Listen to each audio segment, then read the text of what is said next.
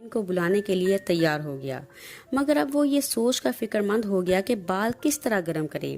یہ بات وہ جن سے بھی پوچھنا بھول گیا تھا۔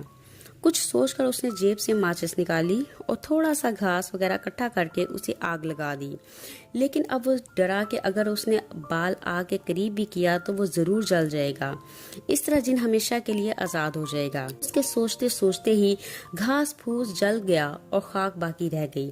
اچانک اسے ایک ترکیب سوجھ گئی۔ اس نے ہاتھ لگا کر دیکھا تو خاک گرم ضرور تھی مگر اس میں آگ بالکل نہیں تھی۔ اللہ کا نام لے کر اس نے کانپتے ہوئے ہاتھوں سے جن کا دیا ہوا بال اس گرم خاک کے اوپر رکھ دیا۔ اس کے ہاتھ اس خیال سے ہی کانپنے لگے تھے کہ معلوم نہیں جن اس طرح حاضر ہوگا یا نہیں۔ چند لمحے گزر گئے تو الادین مایوس سا ہو گیا، مگر عین اسی وقت جب وہ بال اٹھا کر جیب میں رکھنے کو تھا اس کی آس پوری ہو گئی، یعنی جن حاضر ہو گیا۔ الادین نے دیکھا تو جن کا سر ایک درخت کی چوٹی کو چھو رہا تھا۔ حکم میرے آقا، جن کی بھاری آواز اس کے کانوں میں آئی۔ فرمائیے مجھے کیوں یاد کیا گیا؟ الادین نے پھر بہت خوش نظر آنے لگا۔ دیکھو میں اپنے گاؤں جا رہا ہوں، اس لیے کچھ ایسی چیزیں اور تحفے لا کر دو جسے میں اپنے ماں باپ کی خدمت میں پیش کر سکوں۔ الادین نے حکم دیا۔ الادین کی بات ختم ہوتے ہی جن غائب ہو گیا۔ الادین اسی جگہ کو صاف کر کے زمین پر بیٹھ گیا۔ اسے خیال آیا کہ شہر یہاں سے دور ہے، اس لیے جن ذرا دیر سے ہی آئے گا، مگر وہ یہ دیکھ کر حیران رہ گیا کہ جن اسی وقت اس کے سامنے آ موجود ہوا۔ الادین جلدی سے اٹھ کر بیٹھ گیا۔ جن نے اس کے سامنے ایک چمڑے کا سوٹ کیس اور 3-4 مٹھائی کے بڑے بڑے ڈبے رکھ دیے۔ الادین مٹھائی دیکھ کر بہت خوش ہوا اور اسے یہ خیال بھی آیا کہ اپنے خرچ کے لیے کچھ روپے بھی منگوا لے۔ جن صاحب اب میرے لیے 200-300 روپے بھی لے کر آؤ۔ الادین نے جن سے کہا، میرے آقا گستاخی معاف، بار بار نہیں آیا جا سکتا، اگر روپوں کی ضرورت تھی تو پہلے کیوں نہ کہہ دیا؟ جن نے فوراً جواب دیا، مگر طلسمی چراغ والا جن تو کبھی انکار نہیں کرتا تھا اور فوراً ہی الادین کی بات مان لیتا تھا۔ الادین کو جن کا جواب سن کر حیرانی بھی ہوئی اور صدمہ بھی۔ ہاں یہ بھی آپ ٹھیک ہی کہتے ہیں، میں نے اس کے آگے کبھی کسی کام سے انکار نہیں کیا تھا، اور یہی وجہ تھی کہ جو اس الادین کی عادتیں خراب ہو گئی تھی اور میں اب آپ کی عادتیں خراب کرنا نہیں چاہتا۔ اس کے علاوہ اس بات کو ہزاروں سال بیت گئے ہیں، اس لیے وہ الادین بادشاہوں اور شہزادیوں کے خواب بھی دیکھنے لگا تھا۔ مگر اب کچھ اور بات ہے، کیونکہ 20ویں صدی ہے، جن نے لمبا چوڑا جواب دیتے ہوئے کہا۔ پھر یہ بھی بتا دو کہ میں تمہیں کب بلایا کروں؟ الادین نے جن کا لمبا چوڑا لیکچر سن کر پوچھا۔ مجھے روزانہ نہ بلایا کریں بلکہ دوسرے یا تیسرے دن بلایا کریں، جن نے جواب دیا۔ بہت اچھا، اب تم جاؤ، پرسوں پھر تمہیں بلاؤں گا، الادین نے مانتے ہوئے کہا۔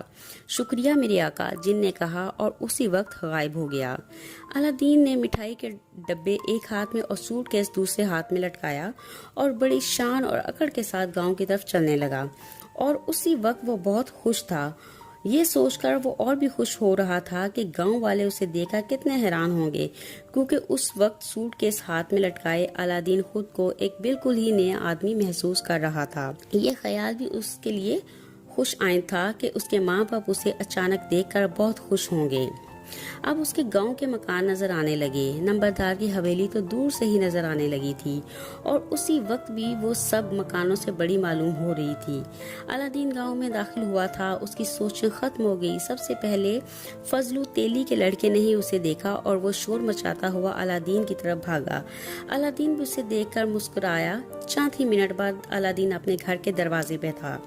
دروازہ کھلا ہوا تھا اور سامنے اس کی ماں بیٹھی چرخا کاٹ رہی تھی۔ ماں، الادین نے زور سے اپنی ماں کو آواز دی۔ اس کی ماں نے دروازے کی طرف دیکھا اور الادین کو کھڑے دیکھ کر واقعہ ہی حیران رہ گئی۔ ماں اٹھ کر آؤ اور میرے ہاتھ سے مٹھائی کے ڈبے تو لے لو، الادین نے کہا۔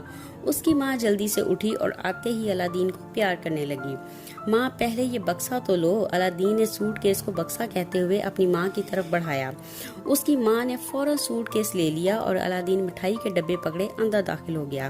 ارے یہ کیا ہے؟ اس کی ماں نے سوٹ کیس کی طرف اشارہ کرتے ہوئے کہا۔ یہ تو الادین کو بھی نہ پتا تھا کہ سوٹ کیس میں کیا ہے، کیونکہ وہ جن سے لے کر بغیر پوچھے گھر چلا آیا تھا۔ بیٹے اسے کھولو تو صحیح، کیا یہ تمہارے چچا نے دیا ہے؟ ماں نے کہا۔ چچا نے؟ ماں، چچا نے تو ایسا بکسا کبھی خواب میں بھی نہیں دیکھا ہوگا۔ الادین نے اکڑ کر جواب دیا۔ تو پھر یہ مٹھائی ضرور تمہارے چچا نے دی ہوگی۔ ماں نے پوچھا۔ چچا چچا چچا، کیا چچا ہی مٹھائی دے سکتا ہے؟ ارے میری بھولی ماں، یہ میں ہی لایا ہوں، الادین جھلا کر بولا۔ اچھا مگر تم کہاں سے لے کر آئے ہو؟ ماں نے پھر سوال کیا۔ یہ تم نہیں سمجھ سکو گی، الادین مسکرا کر بولا۔ مگر ابا کہاں ہے؟ وہ کھیت پر گئے ہیں، اس کی ماں نے جواب دیا۔ اچھا اب ابا کو بھی کھیت پر جانے کی ضرورت نہ رہے گی، الادین نے ہنس کر کہا۔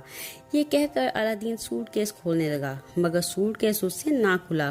بہت زور لگایا، کئی جتن کیے، مگر وہ نہ کھلنا تھا اور نہ ہی کھلا۔ آخر تنگ آ کر اس نے قریب پڑی ہوئی اینٹ اٹھا کر زور سے تالے پر مارنی شروع کر دی۔ نازک سا تالا چند ہی زبردست چوٹوں سے ٹوٹ گیا۔ سوٹ کیس کھلا تو وہ بہت سے اچھے اچھے کپڑوں سے بھرا ہوا تھا۔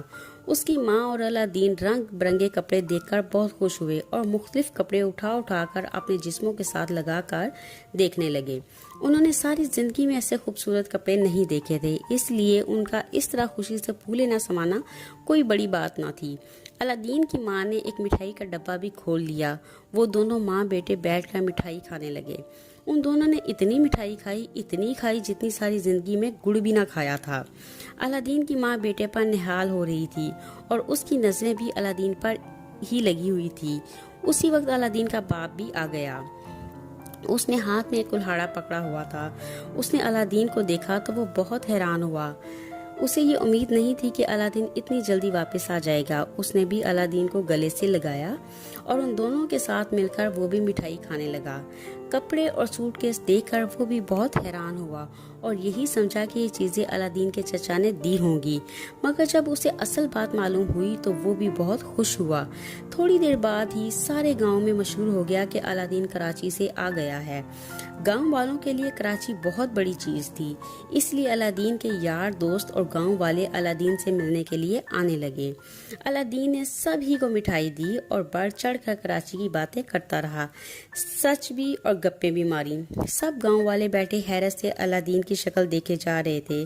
الادین کراچی سے کیا آیا، اپنے آپ کو گاؤں والوں سے علیحدہ ہی سمجھنے لگا۔ رات گئے تک ان کے گھر اسی طرح رونق لگی رہی۔ آخر کار کافی دیر بعد سب لوگ چلے گئے اور وہ تینوں بھی باتیں کرتے کرتے سو گئے۔ صبح الادین گھر سے نکلا تو ایک نیا الادین معلوم ہوتا تھا۔ نئے کپڑوں نے اس کی شخصیت ہی بدل کر رکھ دی تھی، لیکن پاؤں میں آج بھی چچا کے دیے ہوئے پرانے جوتے ہی تھے۔ گاؤں کے لوگ اسے دیکھ کر حیران ہو رہے تھے اور اسے دیکھ کر کئی لوگ بھی کراچی جانے کے لیے تیار ہونے لگے۔ سارا دن الادین اکڑ اکڑ کر گاؤں کی گلیوں میں پھرتا رہا اور کئی بار نمبردار کی حویلی کے سامنے والی خالی جگہ دیکھنے گیا۔ اسی جگہ وہ اپنے لیے ایک محل بنوانا چاہتا تھا۔ اب اس کی سب سے بڑی خواہش یہی تھی کہ وہ جلدی سے محل بنوا لے۔ جب محل بن جائے تو وہ بھی طلسمی چراغ والے الادین کی طرح کسی شہزادی سے شادی کرے گا۔ وہ جن کے کہنے پہ بھی حیران تھا کہ اسے روز اور بار بار نہ بلایا جائے، مگر پھر یہ سوچ کر رہ گیا کہ شاید زمانے کے ساتھ ساتھ جن بھی بدل گئے ہیں۔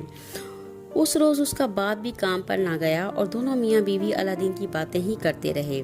دوسرے دن الادین خوش بستر سے اٹھا اور کچھ کھائے پیے بغیر ہی گاؤں سے باہر کی طرف جانے لگا، کیونکہ وہ باہر جا کر ہی جن کو بلوانا چاہتا تھا۔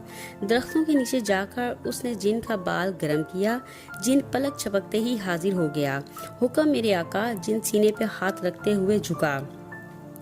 جن صاحب، نمبردار کی حویلی کے سامنے میرے لیے ایک شاندار محل بنا دو، الادین نے کہا۔ محل؟ جن ذرا حیرانی سے بولا۔ وہ آپ کیا کریں گے؟ میں اس محل میں رہا کروں گا، الادین نے جواب دیا۔ مگر آج کل نہ تو اینٹیں ملتی ہیں اور نہ ہی سیمنٹ ملتا ہے۔ محل پر اتنی اینٹیں لگیں گی کہ جس بھٹے سے بھی اینٹیں لائی جائیں گی، اس بھٹے والے کا تو بھٹا ہی بیٹھ جائے گا، جن نے وجوہات بتاتے ہوئے کہا۔ پھر الادین حیرانی سے بولا، تم نے پہلے بھی تو الادین کے لیے محل بنایا تھا۔ ٹھیک ہے، مگر وہ ہزاروں سال پہلے کی بات ہے، اب زمانہ بدل چکا ہے۔ اس کے علاوہ ہزاروں سال قید میں گزار کر اب میں کمزور اور بوڑھا ہو گیا ہوں۔ اگر محل بن گیا تو پھر کہو گے کہ کسی شہزادی کا رشتہ بھی لاؤ۔ جن نے اعتراض کیا، ہاں میں بھی کسی شہزادی سے ہی شادی کروں گا۔ الادین بولا، مگر میرے آقا، اب بادشاہوں اور شہزادیوں کا کیا ذکر کرو گے؟ اب تو دنیا میں ہر طرف جمہوریتیں قائم ہے، اس لیے آپ کے لیے شہزادی کہاں سے آئے گی؟ جن نے دلیل پیش کی، ہیں تو کیا اب تم اس سے بھی انکاری ہو؟ الادین نے تعجب سے پوچھا۔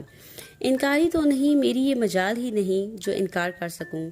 جن جھک کر بولا، تو پھر مجھے بتاؤ میں کیا کروں، کیونکہ میں اب ایک بڑا آدمی بننا چاہتا ہوں۔ اس کہانی کا نیکسٹ پارٹ دیکھنے کے لیے ہمارے چینل کو سبسکرائب کریں اور بیل آئیکن کو بھی پریس کریں تاکہ آپ کو ویڈیو کا نوٹیفیکیشن مل سکے۔